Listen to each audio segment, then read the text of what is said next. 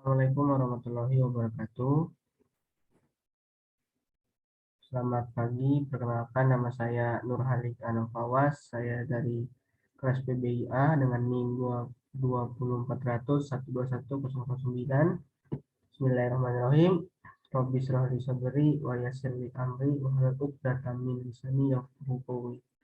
Pada kali ini saya akan membawakan PowerPoint membahas materi-materi tentang ilmu pendidikan Islam dalam rangka melaksanakan ujian final ilmu pendidikan Islam. Langsung saja untuk efisiensi waktu.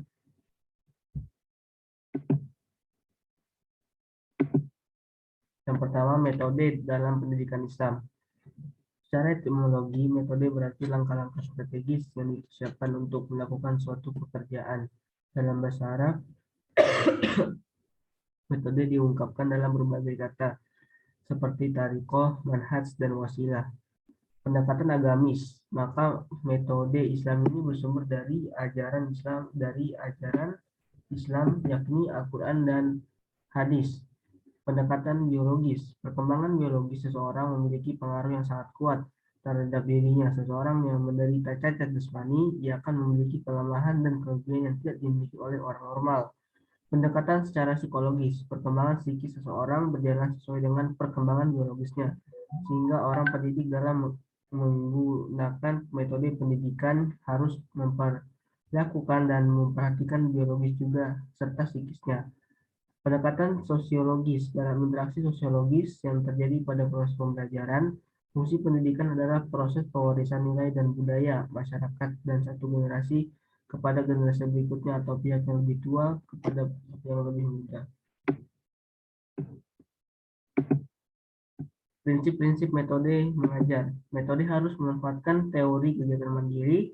Metode harus memanfaatkan hukum pembelajaran. Metode harus berawal dari apa yang sudah diketahui peserta didik. Metode harus didasarkan atas teori dan praktek yang terpadu dengan baik. Metode harus memperhatikan perbedaan individual peserta didik dan prosedur yang sesuai dengan ciri-ciri pribadi.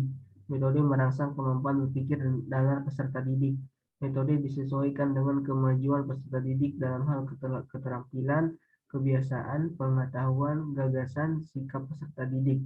Metode menyediakan pengalaman-pengalaman belajar melalui kegiatan belajar yang bervariatif.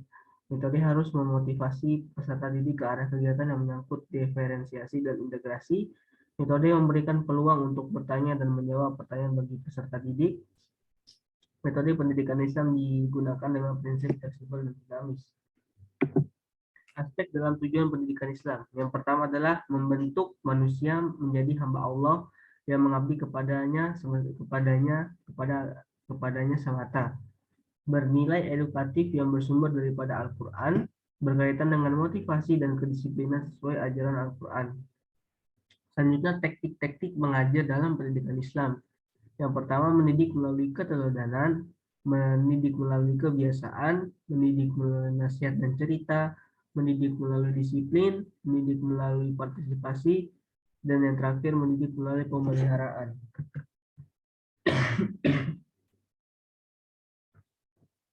Selanjutnya, kita masuk ke materi syarat pendirian pesantren. Adapun syarat permohonan pendirian pesantren yang sebagaimana tertuang dalam Peraturan Menteri Agama Nomor 30 Tahun 2020 adalah sebagai berikut.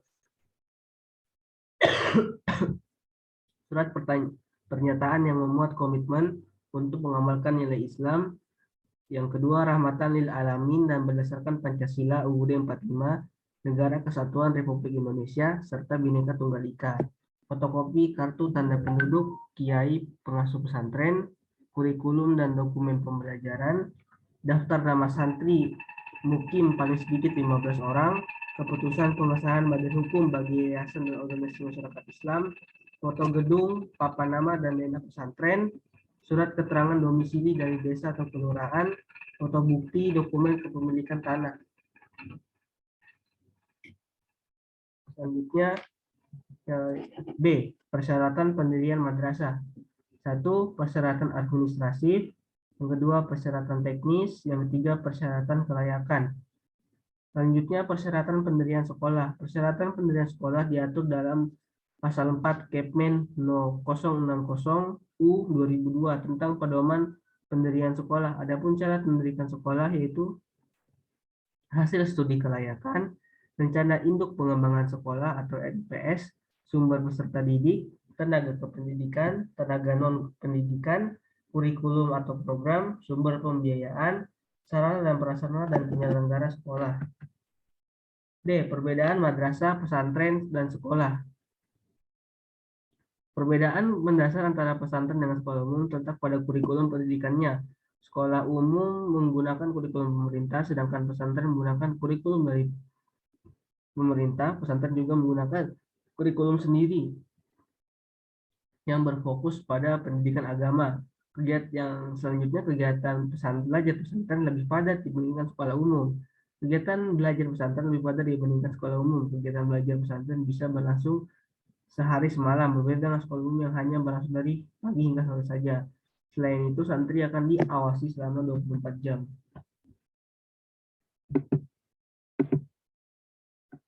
Tiga, santri ditanamkan pendidikan akhlak lebih dalam. Baik sekolah umum atau pesantren akan mengajarkan muridnya tentang pendidikan akhlak, tapi yang membedakannya di sini adalah pesantren tidak hanya mengajarkan santri akhlak sesuai norma kesopanan saja. Yang keempat, santri tinggal di asrama. Siswa sekolah umum pastinya akan tinggal di rumahnya masing-masing.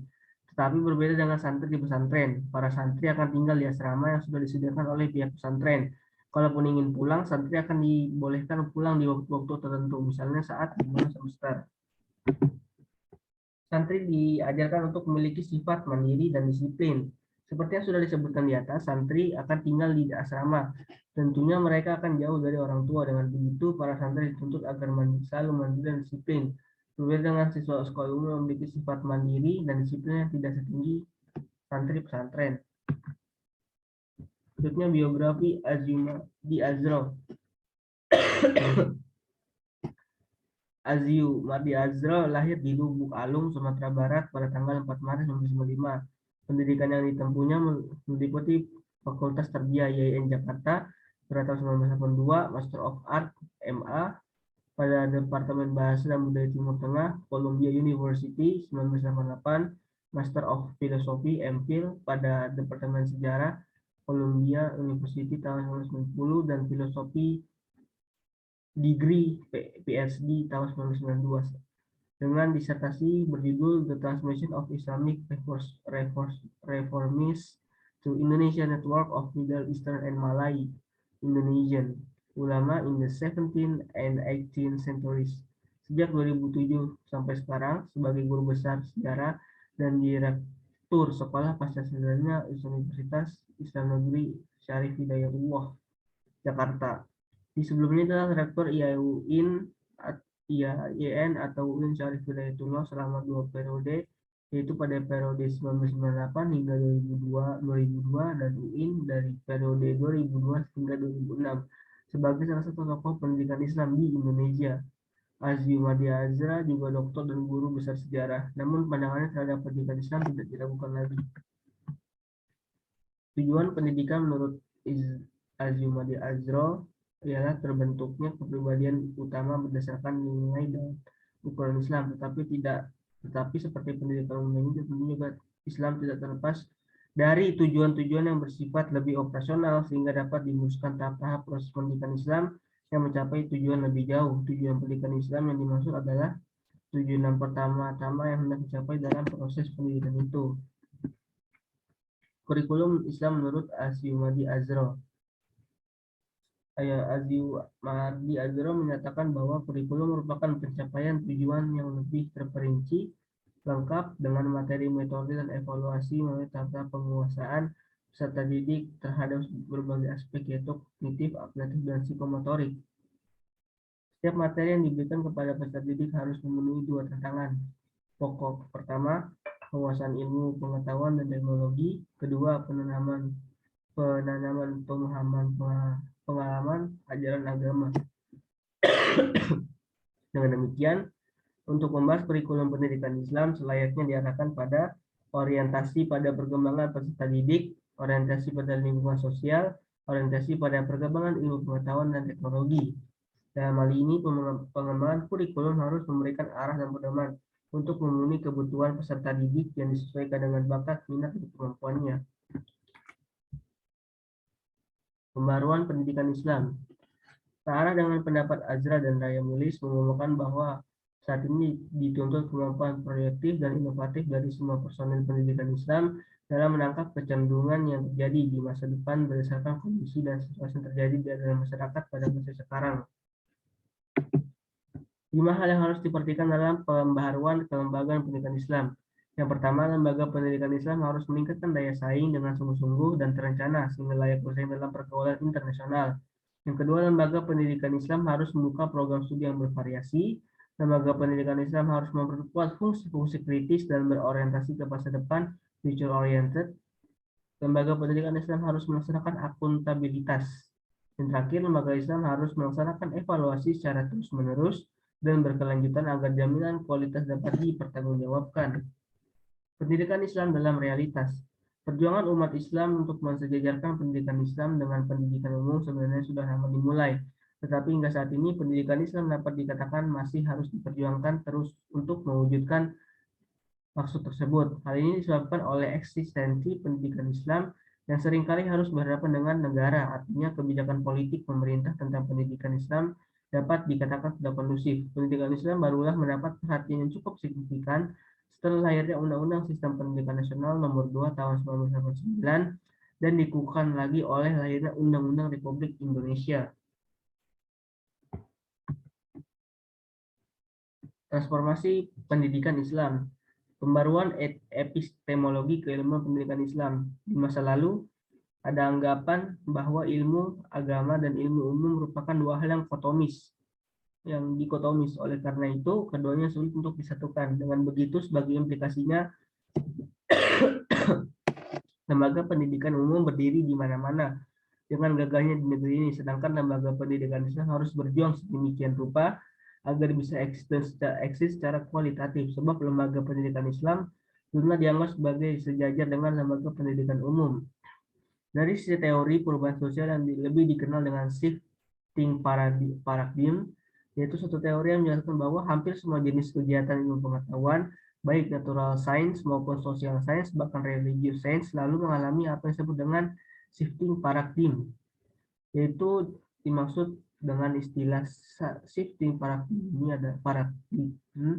adalah pergeseran gugusan pemikiran keilmuan yang memungkinkan terjadinya perubahan, pergeseran, perbaikan, perumusan kembali, nasih mansukh, serta penyempurnaan rancangan bangun bagi epistemologi keilmuan. Selanjutnya, isu-isu kontemporer pendidikan. Pengesahan RUU Guru dan Dosen yang dilakukan sidang paripurna DPR RI tanggal 6 Desember 2005 dimaksudkan untuk memperbaiki wajah pendidikan Indonesia melalui perbaikan nasib guru dan dosen. Undang-undang ini diperlukan mendorong ke peningkatan kualitas guru dan dosen, termasuk pelindungan profesi kesejahteraannya. Akan tetapi setelah disahkan menjadi undang-undang, ternyata produk legislasi DPR tersebut tidak serta-merta menjadikan nasib guru dan dosen terangkat ekonominya. Menurut Mendiknas Bambang Sudipyo, pemerintah memberikan waktu 10 tahun mulai dari 2007 bagi para guru untuk memenuhi persyaratan sertifikasi profesi pendidikan dengan memiliki gelar sarjana lulus uji sertifikasi. Itulah sebabnya kelahiran Undang-Undang Guru dan Dosen yang sudah memasuki tahun kedua itu hingga saat ini juga belum memberi kesejahteraan kepada guru dan dosen secara nyata. Pesantren dan terorisme. Di masa lalu ketika bangsa ini masih menghadapi penindasan kaum penjajah, pesantren telah memainkan peran penting berupa menggerakkan, memimpin, dan melakukan perjuangan dalam rangka mengusir kaum penjajah.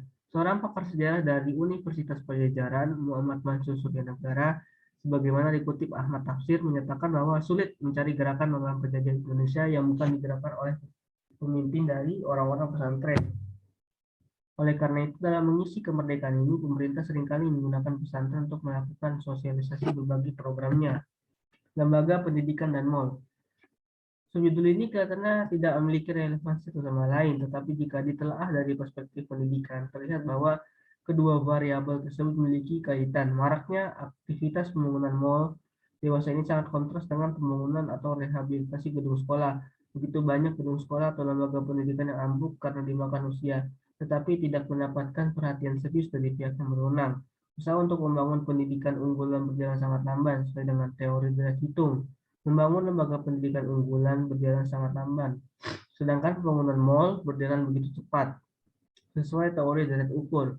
Pernyataan ini sangat menyedihkan masyarakat pendidikan apalagi amanat undang-undang agar mengalokasikan APBN dan APBD minimal 20% untuk sektor pendidikan masih jauh dari harapan.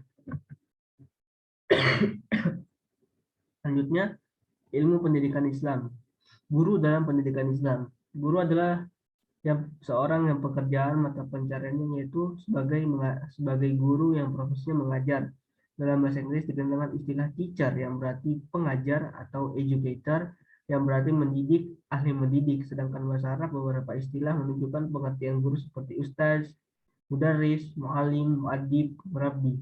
Kata ustaz berarti guru, profesor, gelar akademik jenjang di bidang intelektual, pelatih, penulis, dan penyair. Kata mudaris berarti guru atau pengajar. Tugas guru dalam pendidikan Islam. Al-Ghazali menjelaskan tugas dan kewajiban seseorang guru dalam kitab Ihya Ulumuddin Mizan al-Amal yaitu mengikuti jejak Rasulullah SAW dalam tugas dan apapun. Syarat seorang guru maka ia layak menjadi ganti Rasulullah SAW. Dialah yang benarnya alim berilmu intelektual. Di samping ada pada dan tugas pelajar di atas, Al-Ghazali pula mengungkapkan atau mengemukakan tugas-tugas guru sebagai pembimbing terhadap siswanya.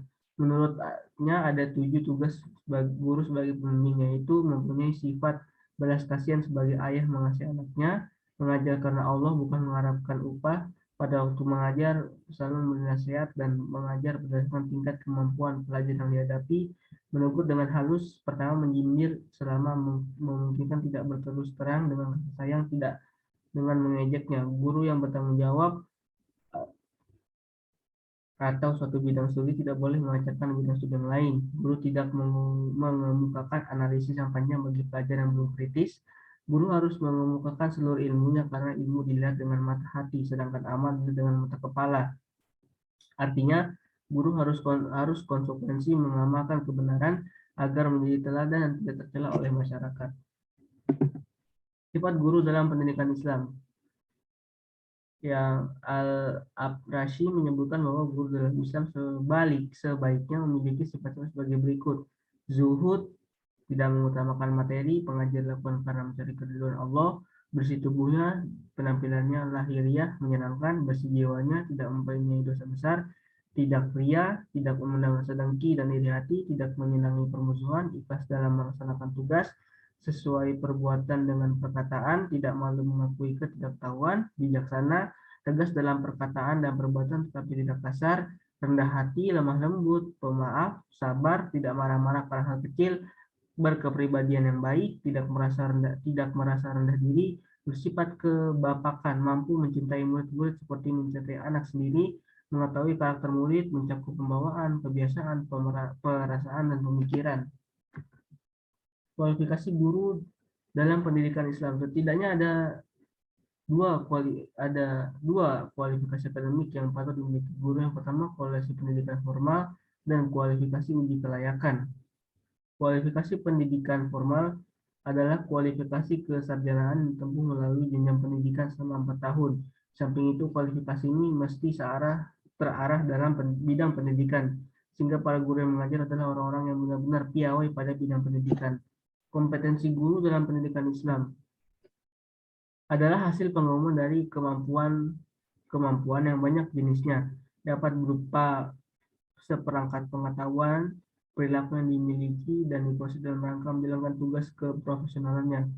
Menurut Tana Sugiono, dalam proses belajar mengajar, 76% kualitas siswa dipengaruhi oleh kompetensi guru. Sebagai satu profesi, guru mesti memiliki 5 kompetensi, yaitu kompetensi pedagogik, kompetensi kepribadian, kompetensi sosial, kompetensi profesional, dan kompetensi kepemimpinan.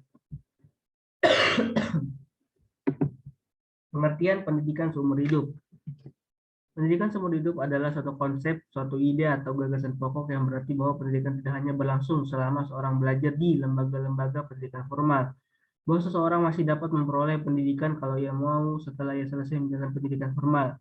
Ditekankan pula dalam konsep ini bahwa pendidikan dalam arti kata yang sebenarnya adalah sesuatu yang berlangsung sepanjang kehidupan seseorang. Istilah pendidikan dari bahasa ini yaitu pedagogi yang berarti bimbingan yang diberikan kepada anak. Istilah ini kemudian diterjemahkan dalam bahasa Inggris dengan kata education yang berarti pengembangan atau bimbingan. Dalam bahasa Arab, istilah ini sering diterjemahkan dengan tarbiyah yang berarti pendidikan. Konsep dasar pendidikan seumur hidup. Konsep dasar pendidikan seumur hidup menurut pemikiran filsafat Islam sebenarnya sudah sejak lama dipikirkan oleh para pendidik dari zaman ke zaman. Apalagi umat Islam jauh sebelum orang-orang Barat mengangkatnya. Islam sudah mengenal pendidikan seumur hidup, sebagaimana dinyatakan oleh hadis Nabi Muhammad SAW yang artinya, tuntutlah ilmu dari buaya sampai meninggal dunia. Prinsip pendidikan seumur hidup didasari berbagai landasan. Fuad Hasan telah menulis beberapa dasar pemikiran ditinjau dari berbagai aspek tentang urgensi pendidikan seumur hidup yang meliputi aspek filosofis, aspek psikofisis, aspek sosio-budaya, aspek ekonomis, aspek politis, dan aspek teknologis. Selanjutnya, pandangan Islam tentang pendidikan seumur hidup. Jauh sebelum PBB tahun 1970-an memprakarsai pendidikan seumur hidup, lifelong education, dalam Islam pada abad ke-7 mulai menegaskan utlub al-ilma min al-mahdi ilal lahdi. Tuntutlah ilmu dari buayan sampai liang lahat. Sayangnya kepopuleran ajaran pendidikan Islam seumur hidup dari Rasulullah SAW tidak sempat menggugah perhatian umat Islam untuk memprakarsainya menjadi world program. Menambah ilmu setiap saat sangat bermanfaat bagi kehidupan manusia. Rasulullah SAW sampai bersumpah, demi Allah, seandainya aku tidak dapat menambah ilmu sehari saja, maka aku lebih baik aku tidak melihat matahari saat itu. Ini merupakan isyarat akan pentingnya ilmu pengetahuan dan kehidupan manusia. Ilmu adalah kunci dunia dan akhirat. Pendidikan sebagai muridus dalam perspektif. Adapun berdasarkan perspektif dibagi menjadi 6 perspektif, yaitu tinjauan ideologis, tinjauan ekonomis, tinjauan sosiologis, tinjauan sosiologis, tinjauan filosofis, tinjauan teknologis, dan tinjauan psikologis dan pedagogis. Adapun implikasinya adalah pendidikan baca tulis fungsionale, pendidikan kejujuran, pendidikan profesional, pendidikan ke arah perubahan dan pembangunan, pendidikan kewarganegaraan dan kedewasaan politik, pendidikan kultural dan pendidikan pusaka. Adapun program prioritas untuk pendidikan seumur hidup adalah para petani, para remaja yang putus sekolah, para pekerja yang berketerampilan, para teknisi dan golongan profesional, para pemimpin masyarakat, para anggota masyarakat yang sudah tua. Sejarah prodi pendidikan bahasa Inggris. Program studi pendidikan bahasa Inggris dimulai dengan dibukanya jurusan program studi dalam lingkup IAIN Alauddin Makassar, termasuk tadris bahasa Inggris dan bahasa Inggris pada masa jabatan Rektor IAIN Alauddin Prof. Dr. Haji Muin Salim berdasarkan SK Rektor B1.2/SK/PP 009/106 tentang pembuatan jurusan dan program studi dalam lingkup IAIN Alauddin Makassar tertanggal 3 September 2001. Surat keputusan ini kemudian dikuatkan dengan Surat Keputusan Direktur Jenderal Kelembagaan Agama Islam nomor PJ 2269/2002 tentang penyelenggaraan program studi pendidikan bahasa Inggris jurusan tadris pada Fakultas Tarbiyah IAIN Alauddin Makassar tanggal 16 Juli 2002. Berdasarkan SK Ban PT 067 Akret S 6/2016, program tadris bahasa Inggris Fakultas Tarbiyah berubah menjadi program studi pendidikan bahasa Inggris hingga saat ini. Profil pendidikan bahasa Inggris. Nama institusi Universitas Negeri Alauddin Makassar teragregasi B Ban PT berdasarkan SK Ban PT 0670 SK Ban PT Akret S 6/2016. Nama prodi pendidikan bahasa Inggris gelar akademik SPD kode program studi 88103 bahasa pengantar, bahasa Inggris atau bahasa Indonesia, masa studi 9 tahun. Visi misi menjadi program studi berreputasi internasional dalam menghasilkan tenaga pendidik bahasa Inggris yang berakhlak mulia dan berdimensi multiliterasi pada tahun 2009. Adapun misinya menyelenggarakan pendidikan untuk menghasilkan tenaga pendidik bahasa Inggris yang berakhlak mulia, berdaya saing, berjiwa entrepreneurship, dan berdimensi multiliterasi. Melaksanakan penelitian dan inovasi dalam bidang pendidikan bahasa Inggris yang bermanfaat bagi stakeholders dan menjadi rujukan internasional. Melaksanakan pengabdian kepada masyarakat dalam bidang pendidikan bahasa Inggris yang inovatif, responsif, dan sesuai terhadap perkembangan zaman. Masyarakat mengembangkan kerjasama dalam bidang pendidikan bahasa Inggris, penelitian, pengabdian kepada masyarakat pada skala regional, nasional, dan internasional. Profil pendidikan bahasa Inggris. Profil pimpinan, dosen, dan staf. Pimpinan, sejak berdirinya program ini, tradisi bahasa Inggris hingga program pendidikan bahasa Inggris sampai saat ini telah dipimpin oleh 5 orang ketua jurusan, yaitu Dr. Andas Haji Nur Asik M.Hum 1998 sampai hingga 2005, Dr. Andas Haji M. Rustite MAG 2005 hingga 2008, Prof. Dr. Juwaria Ahmad MPD MTSol 2008 hingga 2015, Dr. Kamsinah MPDI 2015 hingga 2019, Prof. Dr. Randa Haji Siti Aziza MED ST PhD 2019 hingga sekarang. Program studi pendidik yang kedua yaitu adalah Senat. Program studi pendidikan bahasa Inggris itu memiliki 2 anggota Senat Fakultas, yaitu sebagai berikut: Dr. Kamsina MPDI, anggota Senat Fakultas; Dr. Haji Mardiana M.Hum, anggota Senat Fakultas. Profil dosen. Program studi pendidikan bahasa Inggris memiliki 18 dosen tetap berpendidikan S2 dan S3. Selain itu terdapat 6 orang dosen baik, 6 dosen non-PNS maupun dosen kontrak berpendidikan magister pendidikan bahasa Inggris.